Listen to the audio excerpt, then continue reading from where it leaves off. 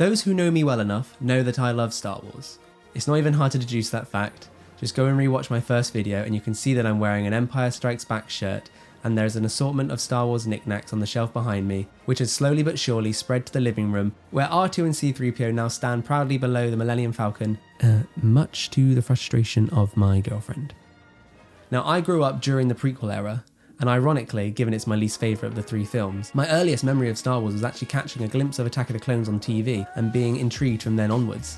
My mum actually owned the original trilogy on VHS, and I can always remember as a kid looking up at the top shelf of a bookcase and seeing this enormous golden box just sat there, this strange mask visible down one edge, and just wondering what in God's name was it? Now, I don't actually remember my initial reactions to the original trilogy. I was only about 8 at the time, but those three films, combined with The Phantom Menace and The Attack of the Clones, yes, I do like the prequels, Star Wars as a whole had left its mark on me, and this only grew with the release of one of my favourite teaser trailers of all time. Yes, Master. Rise. The hype surrounding Revenge of the Sith is probably my earliest experience of simply hunting for any sort of media related to Star Wars or the film in particular that I can remember. I bought a lot of the toys, I played a lot of the games, and I definitely watched that damn trailer more times than I can remember. And on opening day, and I wish I had a photo of this, myself and my friends Harry and Max all dressed up as a clone trooper, Anakin Skywalker, and Darth Vader respectively. If the saga leading up to Revenge of the Sith left its mark on me, then Revenge of the Sith solidified that with a super kick to my metaphorical chin and has left me a huge fan ever since. Fast forward just shy of 10 years and I was actually left holding back the tears after watching the first teaser trailer for The Force Awakens, excited for what the next few years of Star Wars had in for me. Well, let's just say there were bumps in the road. But despite what some of the gatekeepers might say about Disney ruining Star Wars, I have actually enjoyed quite a lot of the content that we've received since Disney bought Lucasfilm back in 2012. I found The Force Awakens to be a really enjoyable film. I think it had some great visuals, I think it had some memorable moments of its own, and in my opinion it did introduce probably one of the most compelling Star Wars characters we've had in a long time, being Kylo Ren. Most recently, the Mandalorian series on Disney Plus has proved that you don't need prophecies, chosen ones, or goddamn Senate meetings to make a solid, action-packed story that fits perfectly into the universe that we know and love. Respawn Entertainment's Jedi Fallen Order was one of the best Star Wars games I've ever played and featured an in-canon story which helped flesh out the gaps between the prequels and the original trilogy, as well as giving us some new characters that we've come to love. Now, I've not been able to successfully predict how I'd feel about each project coming through in the Disney era. If you asked me about how I feel about The Last Jedi just based on its 2 trailers alone, I probably would have told you it's going to be a goddamn masterpiece, because have you seen those trailers? They are incredible. The film, on the other hand... Hi, I'm holding for General Hux. This is Hux. Okay, I'll hold. Hello? Hello? Yep, I'm still here. Can he hear me? Hux? He can. Tell him Leia has an urgent message for him about his mother. On the flip side, I was actually pretty cautious about Fallen Order, because despite the trailers looking really good, EA have this long track record of clotheslining their customers with microtransactions and loot boxes like they're going out of style. Yet the game was phenomenal almost the entire way through, save for the Taron Malicos fight. I hate you, and why is the respawn point one room before where you're likely to lose health because these 3 Maul wannabes just want to pick a fight with you? It's stupid, and I had to do this nearly 30 times. Anyway, when I saw the teaser for Rogue One, I was actually like, Don't get me wrong, when the Imperial Siren kicks in and there's blast of fire going and oh my god, is that them running towards an AT-AT? Holy shit. It looked like a solid film, but I just wasn't quite sold on it yet. Then I saw the official trailer, and again I thought solid looking film, the Darth Vader tease was nice, but not reaching hype levels just yet. Then I watched the final trailer. Let's just say I've rewatched this trailer an ungodly amount of times. I think 90% of that is because of the music. Just listen to it.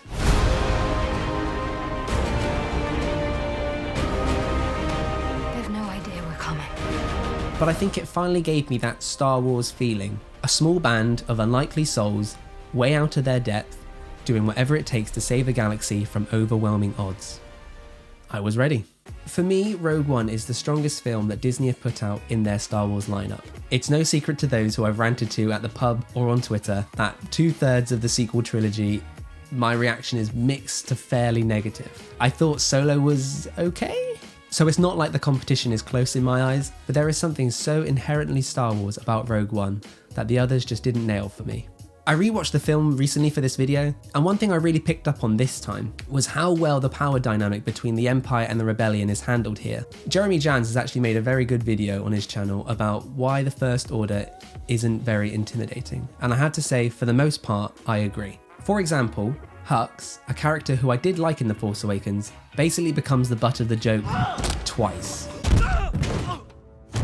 And when the general of the First Order's military is being used as a throwaway laugh by the directors, it's insanely difficult to take their vicious reign so seriously. Now contrast Hux with director Krennic from Rogue One. Krennic's first scene, the opening scene of the film mind, is just a simple conversation between himself and Galen Erso. There's no jokes, there's no screaming, just talking. However, even though we as an audience can establish there is some sort of previous working relationship between these two men, there is this underlying tension that something just isn't right.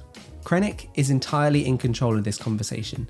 Sure, it does help to essentially have the Navy SEALs of the Empire backing you, but come on, this guy landed his ship a few hundred meters away from the homestead just so he could menacingly strut over in one of the biggest power plays I think I've ever seen.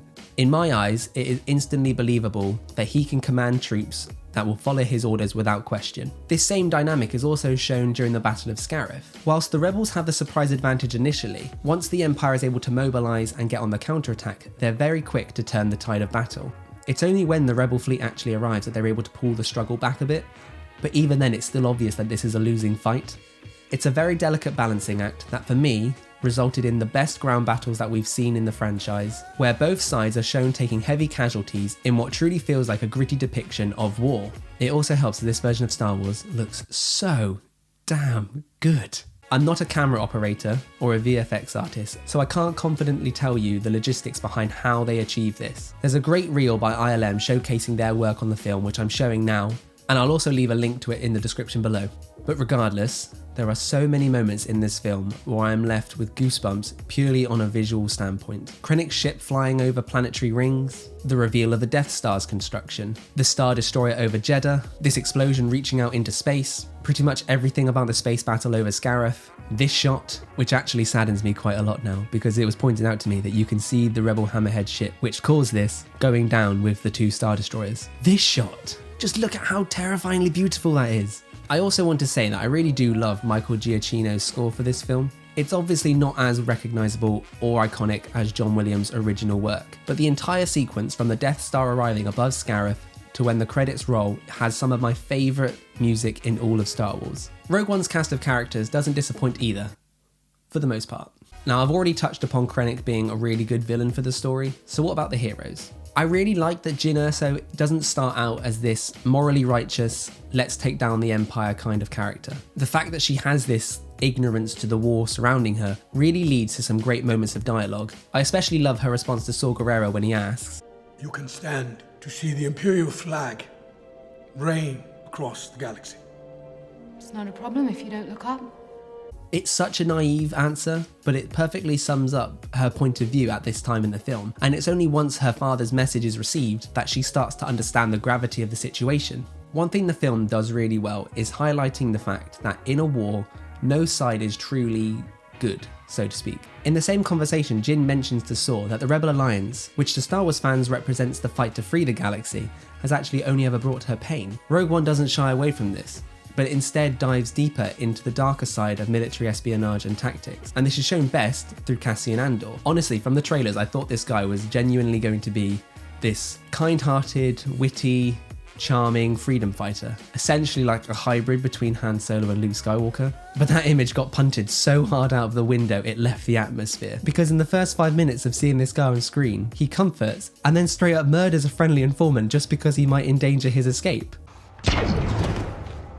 Later on, he is told in private that his actual mission is to assassinate Jyn's father instead of extracting him. And without any concern or hesitation, this guy's just like, Shit, that's all you had to say. I really love this revelation that the audience gets. That the side we've always rooted for in the original trilogy have likely carried out many shady missions like this one in order to succeed in their goal. Cassian is obviously shown to have a compassionate moral side to him, otherwise how the hell would anyone like this guy? He refrains from carrying out the assassination attempt, he is shown to care for Jyn, and once we find out more about his backstory, we can empathise why he has previously accepted doing what he has for the rebellion. Now with all that drama aside, I can now talk about possibly the funniest character ever in Star Wars, K2SO. Congratulations.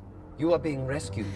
I am not a big fan of the modern humour that we get in the sequels. I'm probably nitpicking, but I always find it weird that Finn asks Rey if she's got a boyfriend when he's been engineered from childhood to be a soldier of the First Order. Like, do they teach sex ed and relationship studies alongside weapons training? Like, what? How does he know what a boyfriend is? So with that in mind, I've always found droids to be the best way for Star Wars to convey humour, as their nature to simply list off their thoughts in such a monotonic fashion, and usually during the most inconvenient times, works perfectly every time. A droid simply won't detect if there's underlying tension between two characters. So when C-3PO does this, Goodness! Han Solo! It is I, C-3PO. You probably don't recognize me because of the red arm. it's really funny. And the same thing occurs with K2SO. Clear of hostiles. One hostile. Alan Tudyk has such good line delivery and timing that there isn't one thing K2SO says in this film that isn't able to make me crack a smile. He is taking us to... Quiet! And there's a fresh one if you mouth off again. Alongside K2, Baze and Chirrut also provide good moments of levity in the film, thanks to their obvious bond from years fighting together. You almost shot me. You're welcome. We don't really get much of a backstory for them, sadly. I really kind of wish there was one scene where they were able to reminisce about their time before joining the rebellion, but even without this, they are a memorable pair and both get some great action scenes, especially their introduction in Jeddah City. Unfortunately, there is one team member that didn't really hit the mark for me, and that is Bodhi Rook. First off, it doesn't help that his first scene is spliced in as we're hopping between different planets, introducing new characters every 30 seconds. Then we get a scene which I think could have been a great moment for Bodhi to explain the reasons behind his defection, why he wants to help the rebellion, and win the audience over this big emotional moment. And instead we get... Poor Gullet. I really don't like Bor Gullet. It's weird, it's unnecessary, and despite Saw Gerrera mumbling about one tends to lose his mind, it only takes one conversation with Cassian in the cells and Bodhi's pretty much back to normal anyway. You could say that Bor Gullet is a way of showing how Saw Gerrera has lost his sanity over the years and maybe his lack of trust, but I honestly think a good interrogation scene would have done a lot more for Bodhi's character in this moment.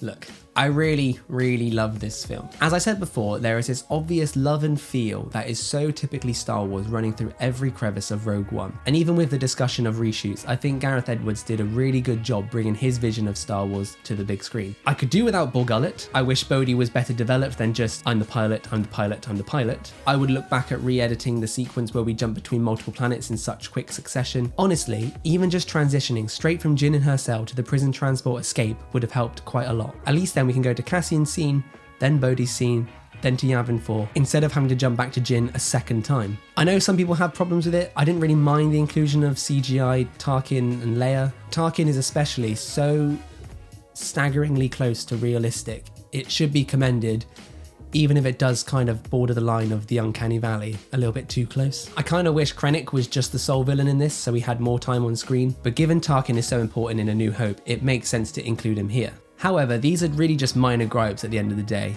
and I've only really just skimmed the surface when talking about this film. So to end this video on a high, I just want to list some smaller things, and one big thing, that I love about Rogue One. Death Troopers, Beach Troopers, these practical costumes, Vader's bacta tank, the seamless use of old footage to bring back the squadron leaders from the original trilogy, the way they kill off Red 5 so that Luke can take up the call sign in A New Hope, this line, Make 10 men feel like 100. the whole idea that the Death Star's only flaw was intentionally placed by Galen, therefore negating one of the biggest plot holes of all time. If you shoot a laser into this hole, the station blows up. Whoa, whoa, whoa, whoa, whoa, whoa. That sounds like a pretty big design flaw. And finally, you know it's coming, this moment.